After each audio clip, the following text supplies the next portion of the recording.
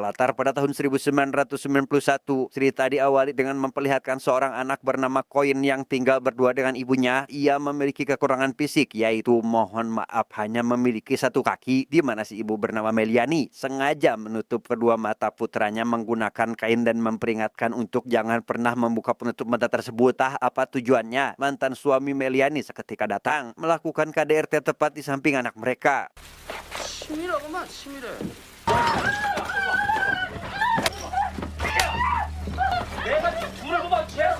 Tak terima ibunya dipukuli, Koin yang ternyata memiliki keistimewaan yaitu dapat mengendalikan orang lain hanya dengan cara melihat. Hal itu menjadi jawaban mengapa Meliani sengaja menutup bagian mata putranya. Ia mengontrol tubuh ayahnya sendiri menuju kawasan ramai dan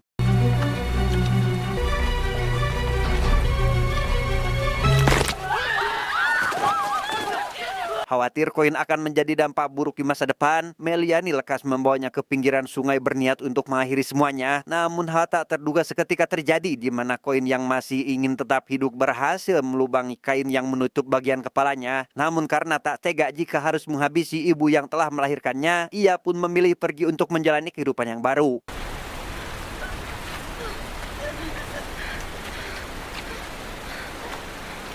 왜 부모마저 나를 죽이려고 합니까? 19 tahun kemudian, kisah akan berfokus pada seorang pria bernama Kyunam. Ia merupakan pekerja di pabrik rongsokan dan memiliki dua sahabat dekat bernama Ada Ali, orang asli Turki, dan Boba dari Afrika. Mereka hidup rukun tanpa memperdulikan perbedaan dan sering menyempatkan diri ke wahana hiburan selepas mendapat gaji.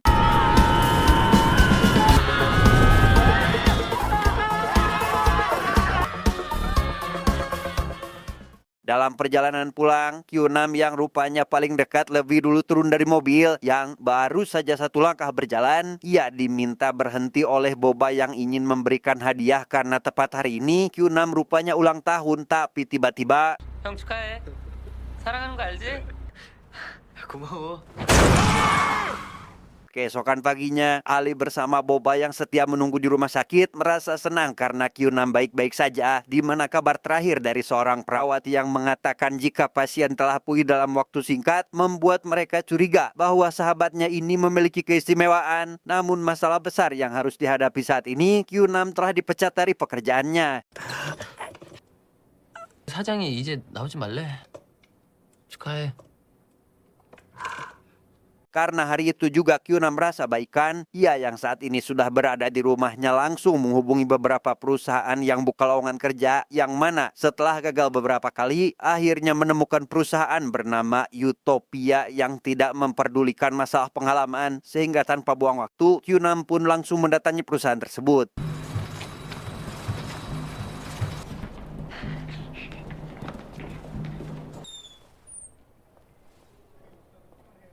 Pemilik perusahaan Utopia bernama Chow langsung menjelaskan terkait perusahaannya yang mengelola jasa pinjaman uang. Ia tanpa ragu menerima Kyunam, bahkan langsung merekrutnya sebagai manajer, di mana tugas utama yang harus dilakukan adalah melayani calon nasabah sekaligus mengawasi uang perusahaan agar tidak hilang. 여기가 이제 손님들하고 항정을 하는 데인데 구석 오른쪽. Di sana Chow memperlihatkan kamera CCTV yang belum lama dipasang sebagai keamanan. Ia juga memberikan satu buah stun gun atau alat kejut listrik untuk berjaga diri karena beberapa hari yang lalu Chow kehilangan uang dalam jumlah besar yang seketika raib tepat di depan matanya sendiri. Entah manusia atau jurig yang mengambilnya, ia merasa yakin jika sosok itu akan kembali datang untuk melakukan pencurian. 이거 봐. 이 촘촘히 적어놓은 거. 이게 바로 내 인생이야. 분명히 다녀갔어. 없어지면 그만인데. Keesokan harinya Kyunam yang sedang akan memulai hari pertamanya bekerja lantas mengenakan setelan rapi. Ia yang juga bermaksud datang paling awal rupanya kalah cepat oleh putri Chow bernama, kita panggil saja Yuli. Dalam perkenalan singkat mereka, Yuli memberitahu terkait keinginannya yang ingin menjadi pramugari. 승무원 준비하고 있거든요. Stewardess? Karena sedang sepi nasabah, Q6 selaku manajer dan merupakan satu-satunya karyawan dimintai agar memasang jebakan kecoa. Hingga tak lama, ia pun dihubungi Ali yang ingin datang berkunjung, di mana Chow selaku bos di sana dengan baik hati mengizinkan Q6 jika sesekali ingin mengundang teman, bahkan memesankan makanan untuk menyambut kedatangan tamu. 어디서 왔어? 아라이브. 자네 어디서 왔어? 아, 터키에서 왔습니다. 야, 먼 나라에서 와가지고 타양에서 고생이 많다. Setelah saling berkenalan dan akrab satu sama lain, si bos lekas kembali ke tempat kerja membiarkan Q6 menemani kedua temannya. Namun hal tak terduga seketika terjadi di mana semua orang seketika terdiam. Layaknya patung akibat kemunculan seseorang, di mana orang itu tiada lain dan bukan adalah Poin yang bermaksud mencuri uang di perusahaan tersebut.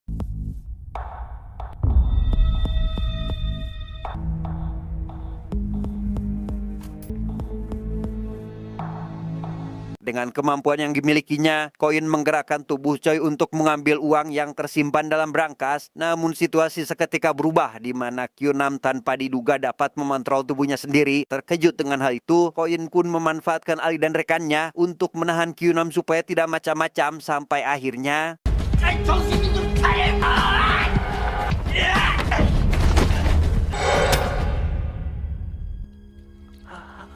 meski mendapati kaman dari arah belakang, Q6 yang masih sanggup bertahan kini mendapat masalah lain di mana Koin dengan sengaja membuat kepala Choi berada di antara himpitan besi, ya dengan cepat memberikan sedikit pelajaran terhadap pria tersebut dan lekas berusaha untuk menyelamatkan majikannya, tetapi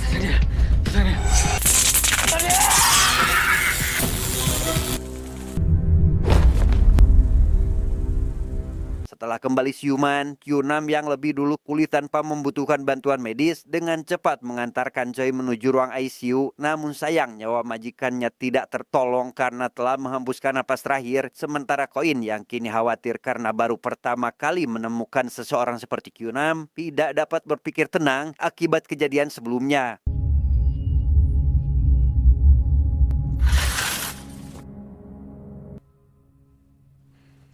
Beberapa hari semenjak kejadian itu, Q6 lekas mengajak Ali dan Boba untuk mengecek CCTV. Ia memutar ulang rekaman untuk meyakinkan jika mereka sebelumnya telah dikendalikan oleh seseorang yang karena kedua temannya sama sekali tidak mengingat hal itu, Q6 pun berniat menyerahkan hasil rekaman tersebut untuk diserahkan ke kantor polisi. Namun di luar rencana, Koin juga datang ke sana karena mengetahui keberadaan mereka.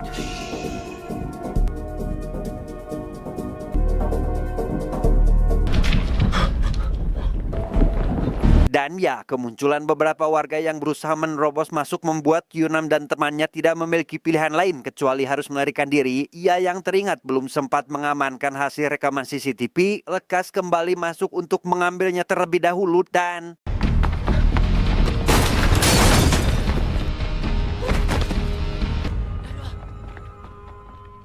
tepat setelah Ali dan Boba berhasil lolos, Q6 saat ini bersembunyi di antara plafon yang tidak tertutup, di mana hal itu membuatnya harus ekstra hati-hati dalam melangkah karena suara kecil saja dapat membuat keberadaannya diketahui dan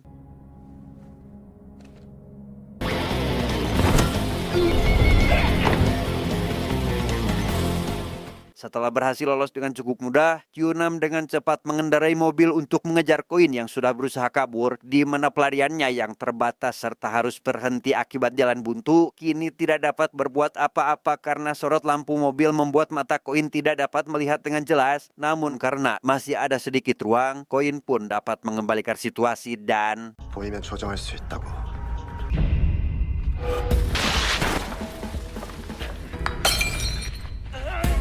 dalam situasi terdesak, Q6 berhasil lolos setelah menyetrum Poin hingga tak sadarkan diri. Ia dengan cepat membawanya ke kantor polisi dalam keadaan kepala yang ditutup. Dan karena polisi di sana penasaran siapa orang itu dan kejahatan apa yang telah dilakukannya, Q6 hanya mengingatkan mereka agar untuk jangan membuka tutup kepala Koin dan memberikan hasil rekaman CCTV untuk menjawab semua pertanyaan tersebut. 어김이 나 책임 못 져요.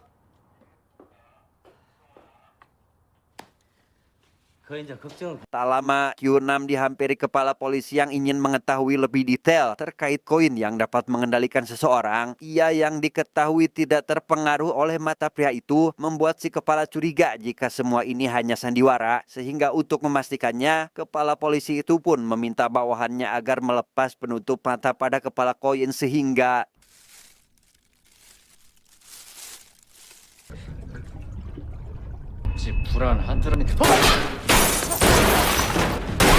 dan ya, akibat kecerobohan kepala polisi, koin yang berhasil melarikan diri membuat Q6 harus kembali melakukan pengejaran. Ia yang sengaja masuk ke kawasan ramai yaitu stasiun kereta api kini sudah siap untuk melawan. Dan setelah membuat semua warga terdiam, koin pun mendengar suara tangisan orok di mana kemampuan yang dimilikinya juga tidak terpengaruh terhadap anak itu.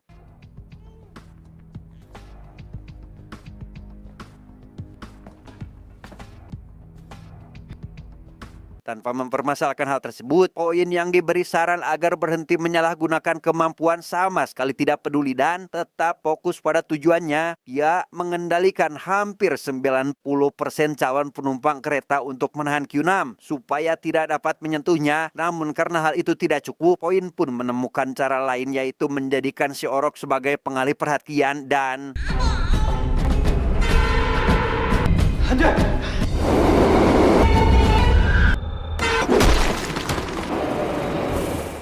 setelah situasi kembali normal, Q6 yang saat ini mengalami pendarahan deras pada bagian kepala tidak dapat berbuat apa-apa, di mana koin yang menganggap ini adalah akhir bagi Q6, ia telah melakukan kesalahan besar karena tidak memastikan kematiannya. Hal itu baru koin sadari saat mendengar kabar berita jika Q6 yang dianggap buronan kini tengah mengendarai mobil.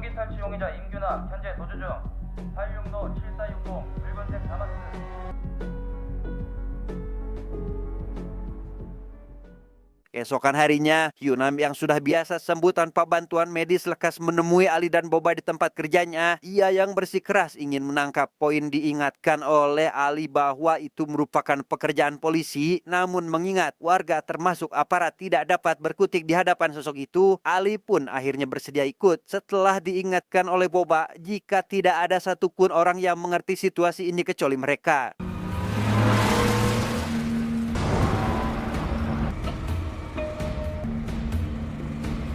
Q6CS rekas menemui perusahaan dana cepat berharap pos di sana pernah kehilangan uang. Mereka yang membutuhkan bukti dari rekaman CCTV sama sekali tidak diizinkan untuk mengecek karena si bos mengaku jika perusahaannya selama ini baik-baik saja dan karena kedatangan mereka dirasa mengganggu, si bos pun langsung mengusirnya saat itu juga. 아니 사장님 그게 아니라요. TV 저거 갈아다 뭐 어쩌려고 어쩌려고 나가 또 놀러 와요? 야이 새끼들. Koin sendiri saat ini tengah melakukan pencurian besar di sebuah bank ternama. Ia yang melihat kamera CCTV ini tanpa pikir panjang langsung pergi ke ruang pengawas demi menghilangkan barang bukti kejahatannya dan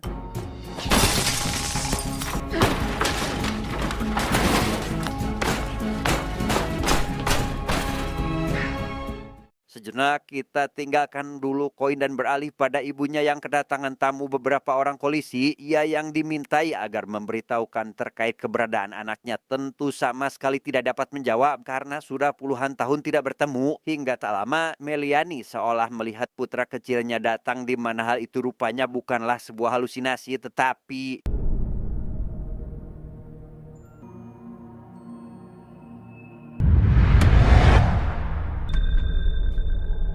setelah puluhan tahun tidak bertemu, koin sengaja datang ke sana berniat menghabisi Meliani karena beliau dahulu sempat ingin menghabisinya. Namun melihat penyesalan dari air mata yang menetes, ia pun memilih untuk membatalkan niat dan membiarkan Meliani hidup tenang dengan uang hasil rampokannya tadi siang, bahkan menggiring semua polisi yang ada di sana untuk masuk ke dalam lubang saluran pembuangan air.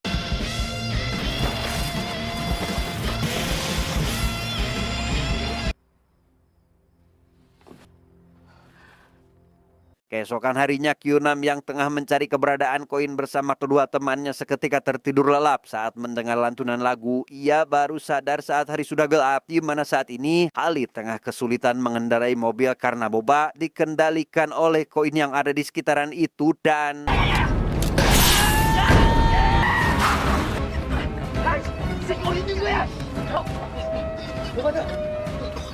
Dengan cepat, Yunam segera masuk ke salah satu gedung tempat di mana saat ini Koin berada, yang dalam perjalanan menuju ke sana, Koin yang ternyata juga dapat berbicara melalui orang lain kini mempertanyakan alasan Yunam ingin menangkapnya, padahal ia tidak akan pernah berbuat sejauh ini jika saja Yunam tidak mengganggu, namun karena semuanya sudah terlambat, maka inilah yang Koin lakukan.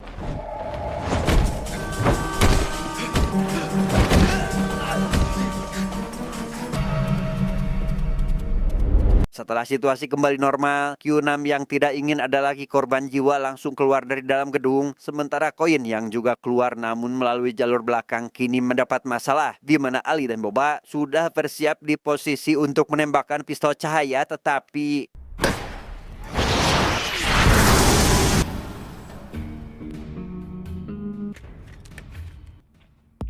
dan ya, usaha yang dilakukan Ali bersama rekannya sama sekali tidak membuahkan hasil. Mereka pada akhirnya tetap dikendalikan oleh Koin dan dibawa pergi dari tempat itu, di mana Yunam yang menyadari hal tersebut tidak dapat menemukan keberadaan mereka sampai akhirnya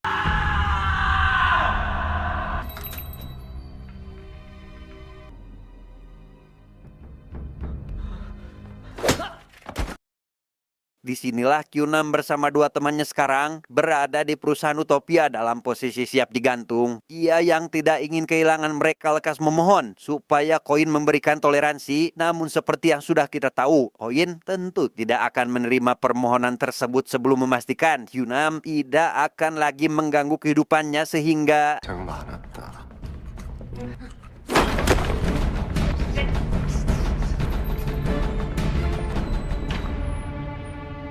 dalam situasi terdesak, Yunam yang menyadari sebilah cutter di batang kayu tepat di atasnya saat ini lekas mengayunkan tubuh untuk membuat cutter jatuh. Namun setelah berhasil didapat dan lolos dari kematian, naas nyawa kedua temannya tidak dapat terselamatkan meski Yunam sudah melakukan pertolongan pertama.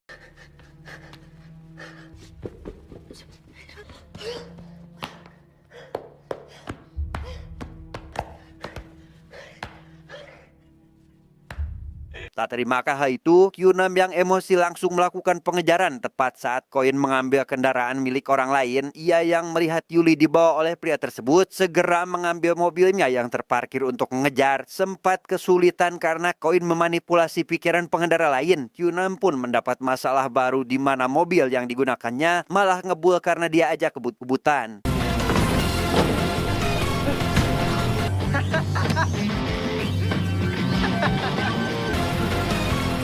Melihat hal itu, Koin yang merasa senang seketika mendapati pandangannya kabur. Ia tidak melihat dengan jelas hingga kurang fokus dalam berkendara sampai akhirnya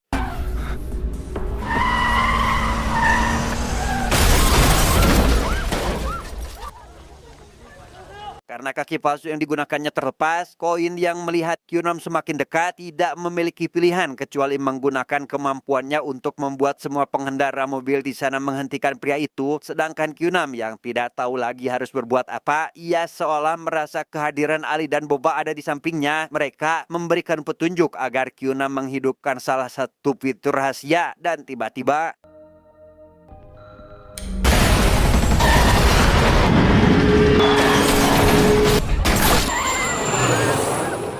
dalam situasi terdesak, Yunam tetap berusaha bangkit karena tidak ingin mati sebelum menghabisi Koin. Ia memanfaatkan kelemahan mata pria tersebut yang sedang melemah akibat terlalu memaksakan diri sehingga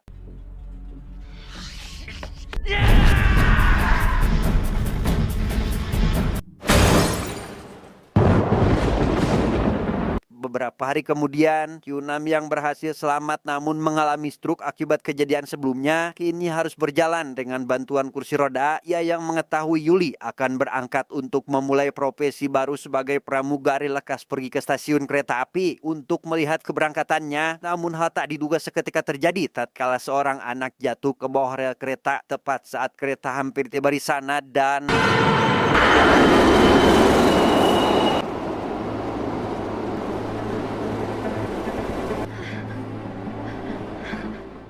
tamat. Endingnya sangat membagongkan.